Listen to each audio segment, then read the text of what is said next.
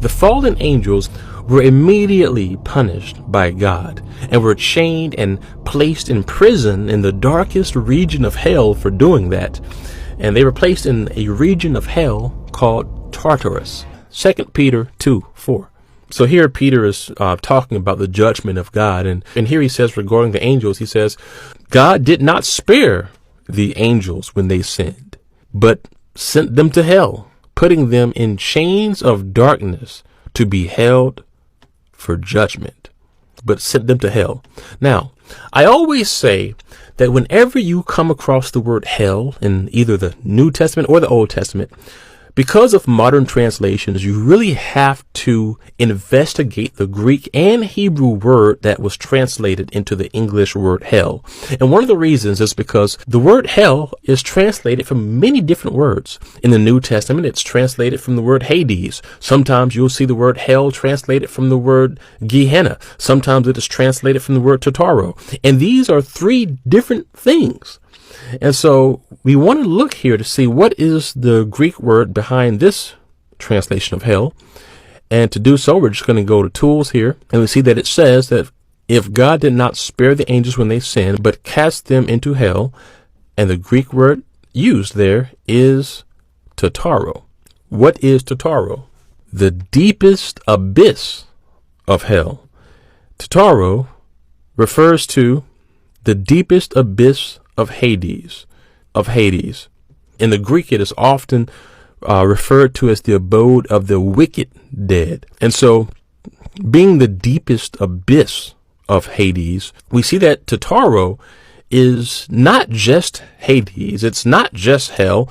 Tartaro is the darkest, probably the most painful region of Hades.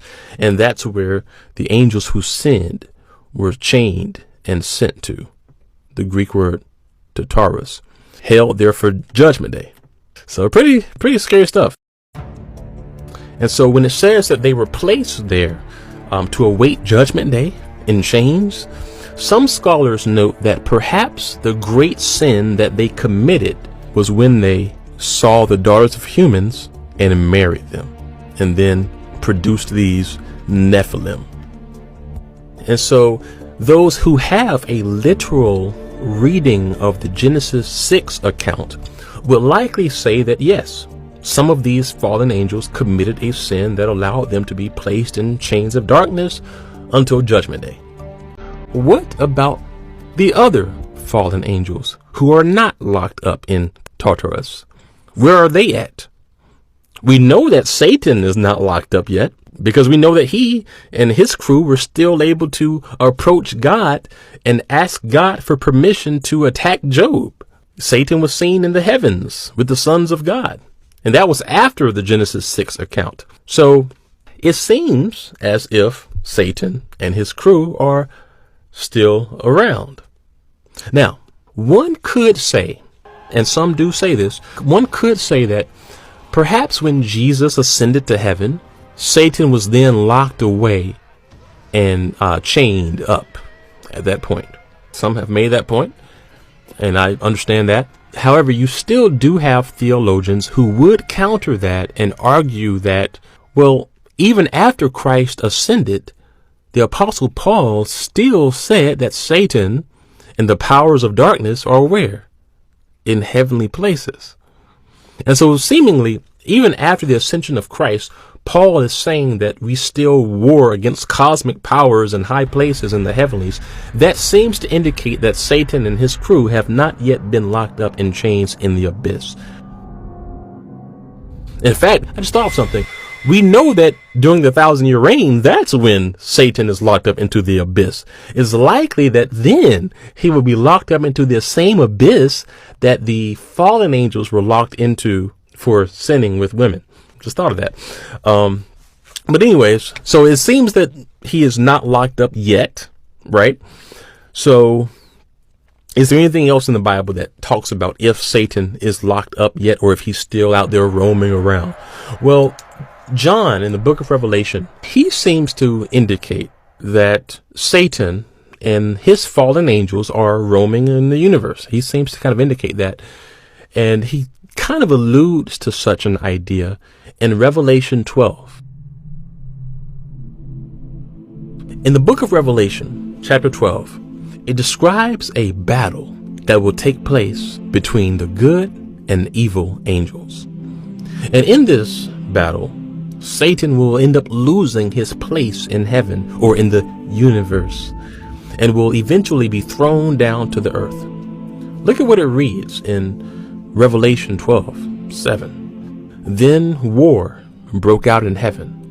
Michael and his angels fought against the dragon, and the dragon and his angels fought back. So here we see that Satan and his fallen angel crew were strong enough to even fight Michael, the archangel, and the good angels, but they were not strong enough. Look what it reads in the next verse. But he was not strong enough, and they lost their place in heaven. Verse 9.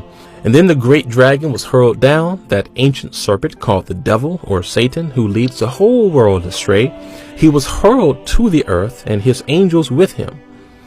And as you read along here, you will see that after he is hurled to the earth, then it talks about how the Antichrist will begin to rule with the help of Satan. The beast will then rise.